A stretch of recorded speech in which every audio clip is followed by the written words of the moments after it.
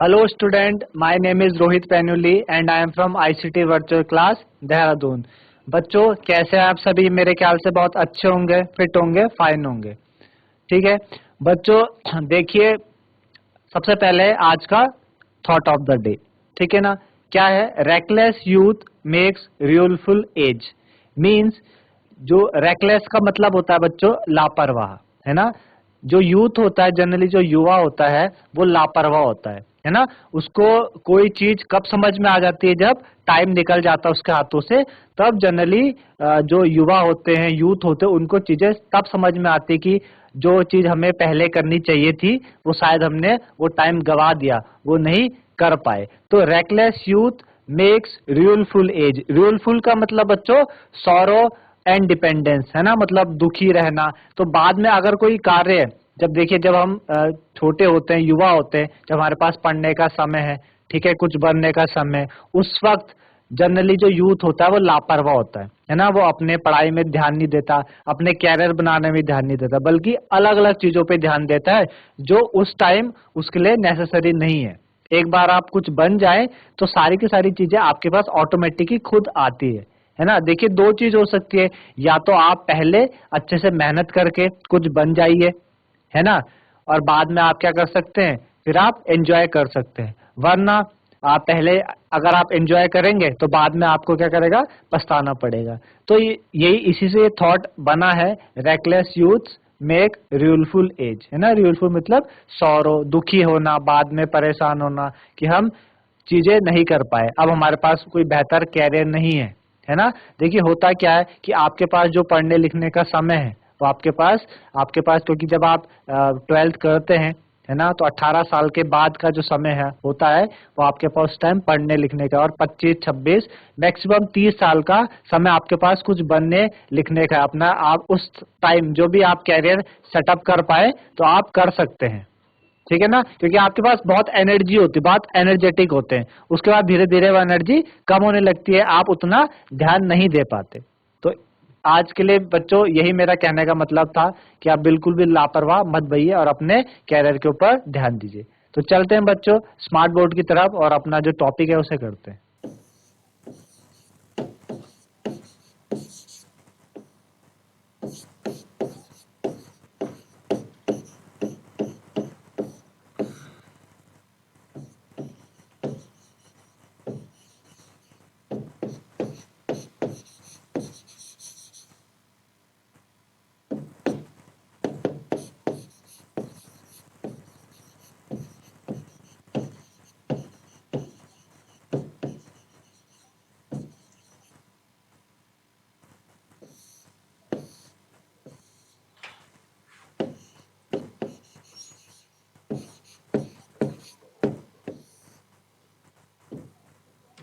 तो आज हमें सबसे पहले क्या करना है, हमारे पास है बच्चों true false.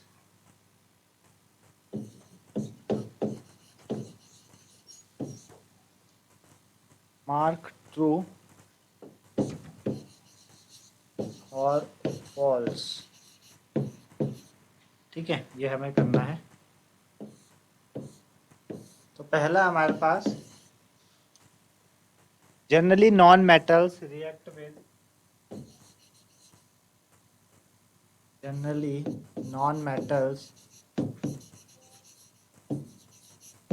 react with generally non-metals react with acids, generally non-metal react with acids, ठीक है ना? तो ये क्या होगा, ठीक है ना? तो जो नॉन मेटल्स होते हैं वो जनरली एसिड के साथ रिएक्ट करते हैं, और हमने पढ़ा था कि जो नॉन मेटल्स होते हैं वो आपके एसिड के साथ बिल्कुल भी रिएक्ट नहीं करते हैं, है ना?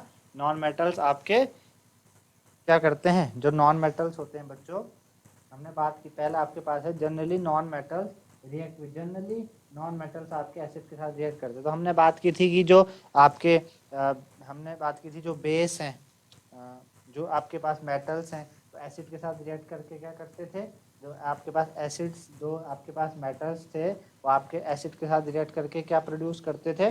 आपकी हाइड्रोजन गैस प्रोड्यूस करते थे, है ना, हाइड्रोजन गैस प्रोड्यूस करते थे, लेकिन जो नॉन मेटल्स हैं वो आपके एसिड के साथ बिल्कुल भी रिएक्ट नहीं करते। तो इसका आंसर हो जाएगा बच्चों फॉल्स। ये आपके पास क्या हो जाएगा, फॉल्स।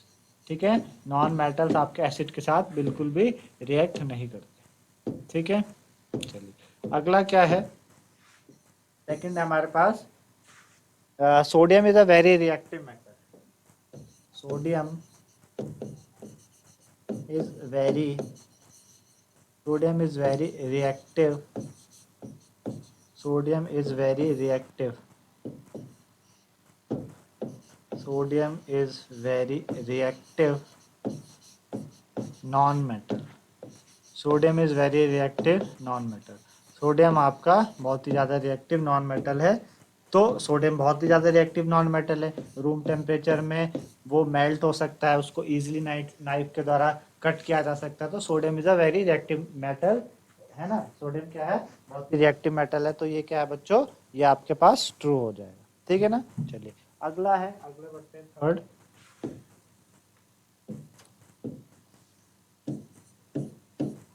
थर्ड है हमारे पास copper displace zinc.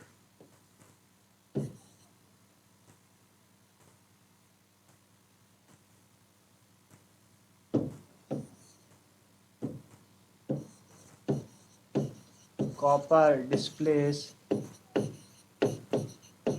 copper displace zinc copper displace zinc from zinc sulfate solution, from zinc sulfate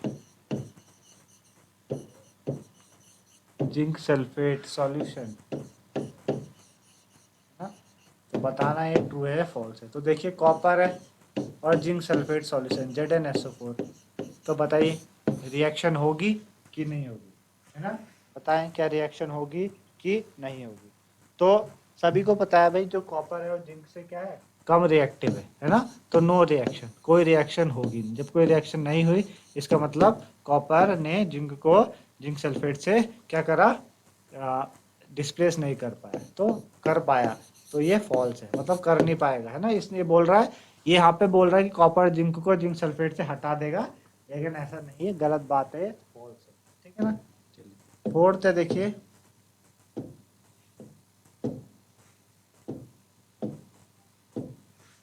fourth, coal can be drawn into wire. Coal can be drawn into wires, है ना। Coal can be drawn into wires, coal को आप wire में बदल सकते हैं।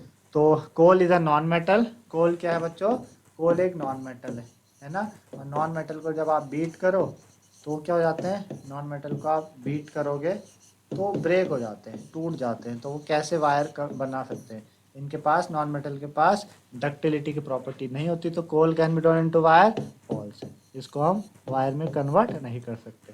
तो ये आपका फॉल्स है। तो इतना मेरे ख्याल से समझ में आएगा। तो ये आपके क्या थे बच्चों, ट्रू फॉल्स। ठीक है ना, चलिए अब आपके पास है कुछ बच्चों, आपकी कुछ प्रॉपर्टीज दी है ना, कुछ प्रॉपर्टीज दी हैं, है ना, बहुत सारी प्रॉपर्टीज है।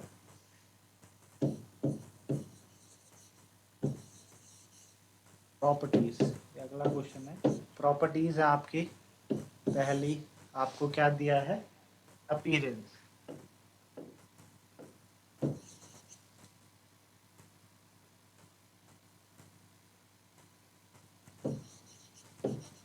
पहला अपीयरेंस है, ठीक है ना।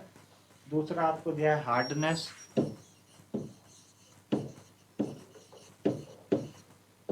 तीसरी हमारे पास है मेलेबिलिटी।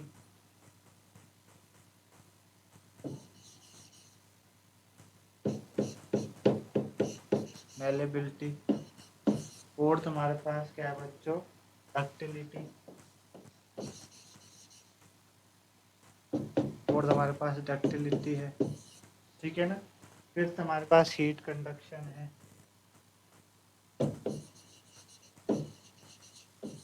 फिफ्थ हमारे पास हीट कंडक्शन है। और सिक्स्थ हमारे पास है conduction of electricity. Conduction of electricity. Conduction of electricity. ठीक है, ये हमारे पास इस तरीके से है। अब हमारे पास बताने हैं मेटल और नॉन मेटल, धातु और अधातु।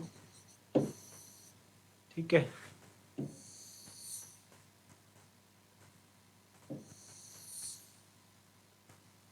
ये है हमारे पास। ठीक, तो हमें क्या बोला है बच्चों, some properties are listed in following table, distinguish between metal and non metal on the basis of their property. इन प्रॉपर्टी के बेसिस पे हमको क्या करना है, इनको डिस्टिंग्विश करना है। क्या करना है, इन प्रॉपर्टी के बेसिस पे हमको क्या करना है, इनको डिस्टिंग्विश करना है, मेटल और नॉन मेटल को डिस्टिंग्विश करना है। ठीक है ना, तो पहला अपीयरेंस, ठीक है ना, अपीयरेंस। तो मेटल्स का अपीयरेंस कैसा होता है कि जो मेटल होते हैं वो लस्ट्रस होते हैं। मेटल क्या होते हैं बच्चों,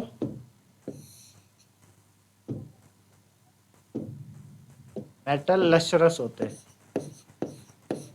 है ना, चमक होती है मेटल में, लस्ट्रस होते हैं, जबकि नॉन मेटल डल होते हैं। है ना, आपने देखा होगा मेटल चमकदार होते हैं, अपीयरेंस मेटल दिखने में बहुत खूबसूरत है, चमकदार है, गोल्ड है, सिल्वर है ना, एल्यूमिनियम है चमकदार है। नॉन मेटल आपके अधातु डल है ना, कोयला, सल्फर, फास्फोरस, उनकी अपीयरेंस दिखने में डल है, डल अपीयरेंस है। ठीक है ना, हार्डनेस, हार्डनेस की बात करेंगे आप, तो नॉन मेटल्स जो मेटल्स होते हैं, धातु, वो हार्ड होते हैं, है ना, काफी हार्ड होते हैं, लेकिन जो नॉन मेटल होते हैं वो सॉफ्ट होते हैं। नॉन मेटल कैसे होते हैं, सॉफ्ट होते हैं, है ना। हार्डनेस की बात करें तो मेटल बहुत हार्ड है, जबकि नॉन मेटल क्या है, सॉफ्ट है। मेलेबिलिटी की बात करोगे तो मेटल आपके मेलेबल है ना, मेटल मेलेबल है, मेटल्स को हम क्या कर सकते हैं, शीट्स में कन्वर्ट कर सकते हैं, है ना, मेटल्स मेलेबल है, उनको हम शीट्स में कन्वर्ट कर सकते हैं। जबकि जो कि नॉन मेटल है, ये नॉन मेलेबल है, डू नॉट, ठीक है ना, चेंज इनटू शीट्स, इनको हम शीट्स में नहीं बदल सकते, है ना। फिर डक्टिलिटी की बात करें, इनको हम वायर में बदल सकते हैं मेटल्स को, है ना, non metals do not change into wire, इनको हम वायर की शेप नहीं दे सकते, do not change into wire, wire की शेप इनको नहीं दे सकते, है ना।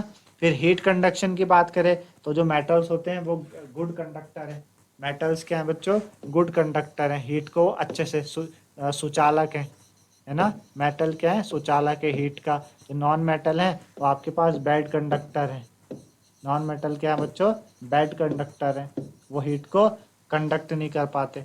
कंडक्शन ऑफ इलेक्ट्रिसिटी की बात करेंगे तो जो मेटल्स होते हैं वो गुड कंडक्टर होते हैं, है ना, गुड कंडक्टर होते हैं, इलेक्ट्रिसिटी के सुचालक हैं। और जो नॉन मेटल्स हैं वो बैड कंडक्टर हैं, इलेक्ट्रिसिटी के क्या है, कुचालक हैं। तो ये चीज़ें आपके पास आ गई, है ना। तो इससे हमने प्रॉपर्टीज थी, अपीयरेंस, मेटल के पास चमक होती है, नॉन मेटल डल होते हैं, हार्डनेस, मेटल हार्ड होते हैं, नॉन मेटल सॉफ्ट होते हैं, मेलेबिलिटी, मेटल आपके शीट्स में बदल सकते हैं, नॉन मेटल्स को हम शीट में नहीं बदल सकते। ठीक है ना। डक्टिलिटी की बात करें, वायर में चेंज हो जाते हैं मेटल, नॉन मेटल नहीं होते। हीट कंडक्शन की बात करें तो मेटल गुड कंडक्टर है हीट के, नॉन मेटल बैड कंडक्टर है। कंडक्शन ऑफ इलेक्ट्रिसिटी की बात करें, मेटल आपके गुड कंडक्टर है इलेक्ट्रिसिटी के, non metal bad conductor electricity के, है ना। इस तरीके से बच्चों ये 6 प्रॉपर्टीज थी जिनके बारे में हमने जाना समझा। तो मेरे ख्याल से आप लोगों को ये समझ में आया होगा। ठीक है ना, आगे चलते हैं। आगे क्या है हमारे पास, अगला क्वेश्चन क्या है, अगला क्वेश्चन है बच्चों गिव रीजन, है ना। आपको क्या करना है, रीजंस देने हैं, गिव रीजंस, आपको रीजन देना है। सबसे पहला है क्या हमारे पास, aluminium foil are use to wrap food items, aluminium foils are used to wrap food items, food items, ठीक है। Aluminium foils are use to wrap food item, aluminium foil को हम खाना पैक करने के काम आती है ना। एल्यूमिनियम फॉयल क्या करती है बच्चों, खाना पैक करने के काम आती है। तो इसका रीज़न क्या होगा कि भाई क्यों एल्यूमिनियम फॉयल खाना पैक करने के काम आती है ना। तो जो एल्यूमिनियम है वो क्या है, मेलेबल है ना, और उसको हम शीट्स में क्या कर सकते हैं, बना सकते हैं, ठीक है ना, रैपिंग पर्पस के लिए। वो सॉफ्ट होती है और फूड आइटम के साथ रिएक्ट नहीं करती, इसलिए हम उसको फूड आइटम्स में स्टोर करने के काम कर सकते हैं। आधी बात समझ में आपको। एल्यूमिनियम एल्यूमिनियम क्या है, एल्यूमिनियम एक मेटल है। एल्यूमिनियम एक मेटल है जिसको बीट करके हम शीट्स की फॉर्म दे सकते हैं, शीट्स में कन्वर्ट कर सकते हैं, है ना, शीट्स के फॉर्म में आ गई। उसके अलावा ये जो होती है सॉफ्ट होती है। एल्यूमिनियम क्या है, सॉफ्ट है ना। मेटल जनरली हार्ड होता है लेकिन उससे थोड़ा सॉफ्ट होता है, और ये आपका रिएक्ट नहीं करता है ना। Do not react with food, do not react do not react with food do not react with food के साथ क्या करता है, रिएक्ट नहीं करता। दूसरा ये आपका क्या है, गुड कंडक्टर भी है। क्या है, गुड कंडक्टर भी है, किसके, हीट का। गुड कंडक्टर ऑफ हीट है ना। गुड कंडक्टर ऑफ हीट है, तो जो खाना है, फूड, वो आपका क्या होगा, वो गर्म रहेगा। जो फूड है आपका वो क्या होता है, गर्म रहेगा। गर्म रहेगा यानी जल्दी से ठंडा नहीं होगा खाना, है ना। इसलिए हम उसको इजीली एल्यूमिनियम फॉयल में हम खाने को रैप कर सकते हैं। तो इतनी बात आपको समझ में आई होगी, ठीक है ना। चलिए दूसरा क्वेश्चन क्या है।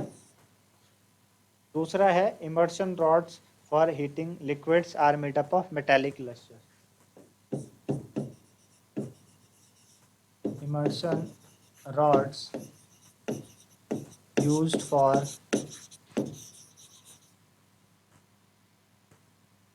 used for heating liquids.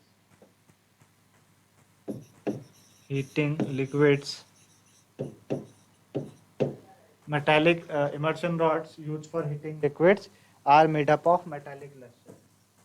Are made up of metallic metallic luster. ठीक है ना। Are made up of metallic substance.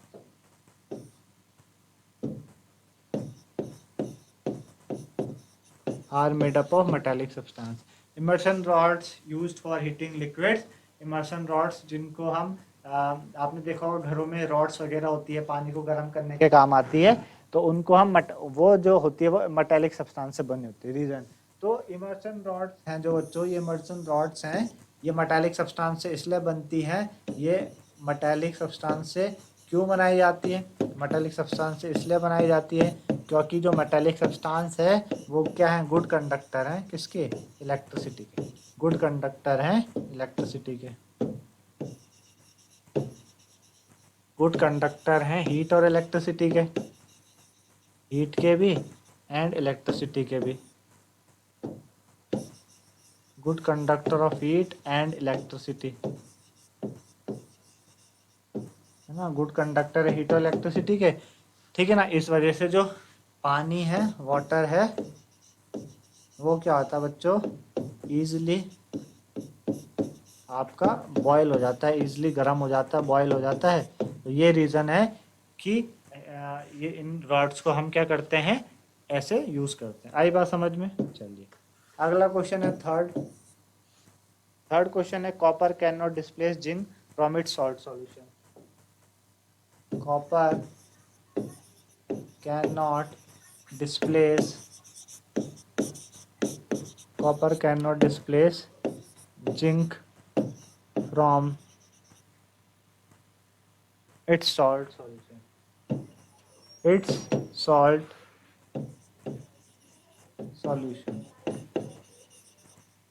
ठीक है, copper can not displace zinc from its salt solution.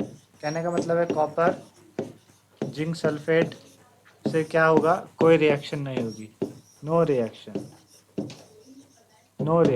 है ना। Copper can not displace zinc from its salt solution, कोई reaction नहीं होगी। क्यों नहीं होगी, because copper is less reactive.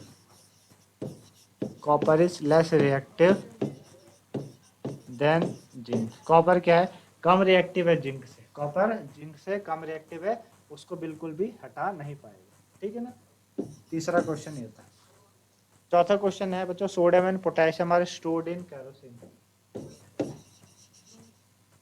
Sodium and kerosene, sodium and potassium, sodium and potassium are stored in kerosene.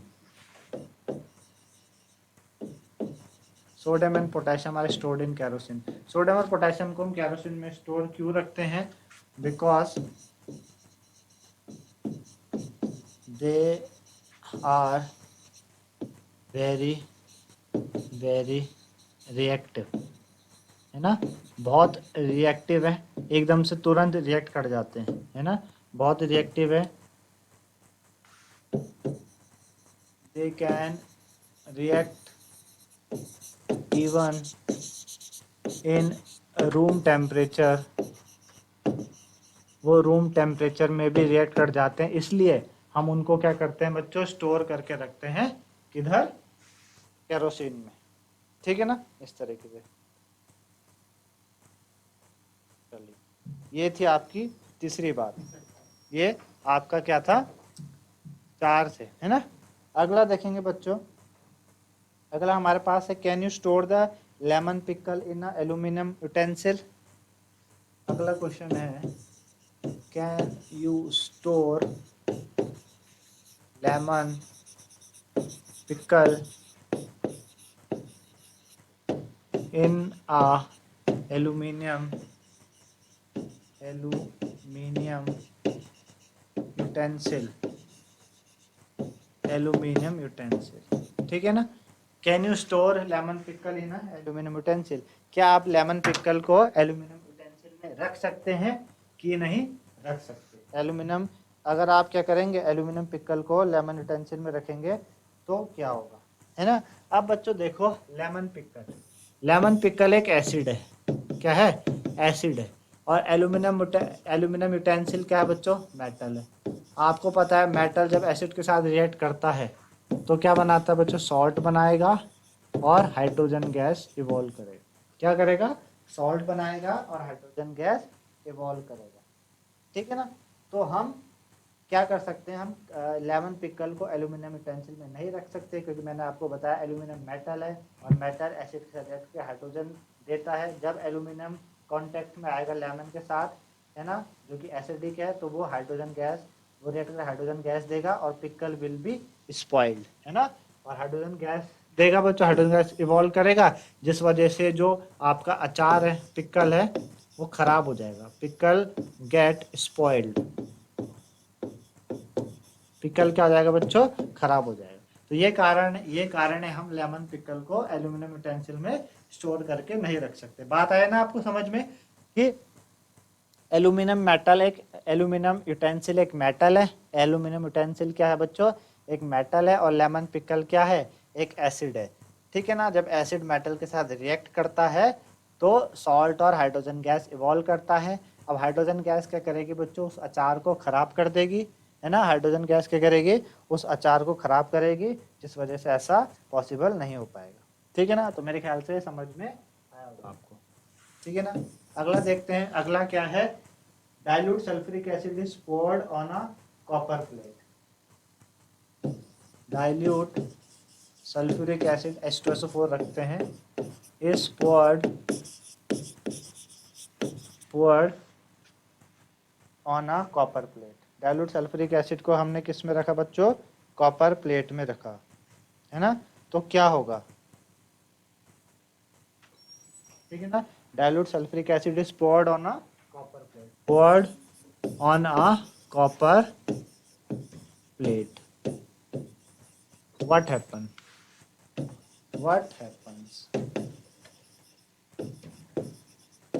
ठीक है, बताना है क्या होगा। तो देखो, डाइल्यूट कॉपर है, डाइल्यूट सल्फ्यूरिक एसिड H2SO4 कैसा है? डाइल्यूट है ना। क्या होगा बच्चों? कॉपर क्या है? कॉपर आपका लेस रिएक्टिव होता है। कॉपर क्या है? लेस रिएक्टिव है देन हाइड्रोजन, हाइड्रोजन से क्या है, कॉपर लेस रिएक्टिव है, तो कोई रिएक्शन होगी नहीं यहाँ पे, नो रिएक्शन, कोई रिएक्शन नहीं होगी, है ना। जब कोई रिएक्शन नहीं होगी तो कुछ होगा नहीं, तो इसलिए डाइल्यूट है। तो आप उसने पूछा व्हाट हैपन, क्या होगा जब आप डाइल्यूट H2SO4 को कॉपर प्लेट पे डालोगे, कोई रिएक्शन होगी नहीं उनके बीच में, कॉपर क्या है, लेस रिएक्टिव है हाइड्रोजन। ठीक है ना, तो इतना समझ में आएगा आप लोगों को।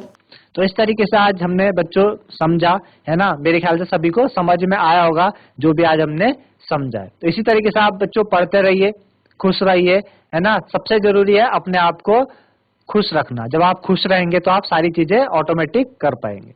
इसी के लिए धन्यवाद। Have a very nice day.